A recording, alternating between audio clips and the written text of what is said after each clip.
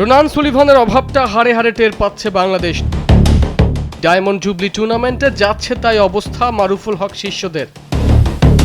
একের পর এক আক্রমণ, গোল করার সুবর্ণ সুযোগ, কিন্তু ফরওয়ার্ডদের পা যেন চলছেই না। পরিস্থিতি এমন, রোনান নেই, গোলও নেই।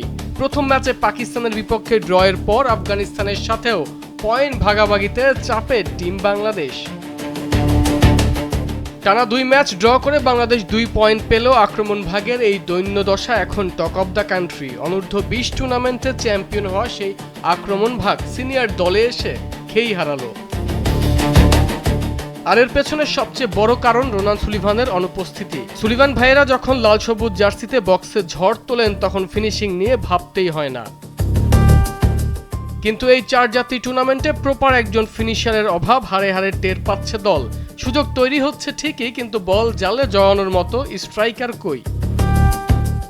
সামনেই স্বাগতিক মালদ্বীপের বিপক্ষে বাঁচা মরার শেষ ম্যাচ। সেখানে যদি আক্রমণ ভাগ এমন মিসের মহড়া দেয় তবে ফাইনালের স্বপ্ন কিন্তু ওখানেই শেষ। সুলিভানদের ছাড়া কি মালদ্বীপ বধ করতে পারবে মারুফুল হকের শিষ্যরা? সেটাই এখন বড় প্রশ্ন। আরমান হাসান, কালবেলা।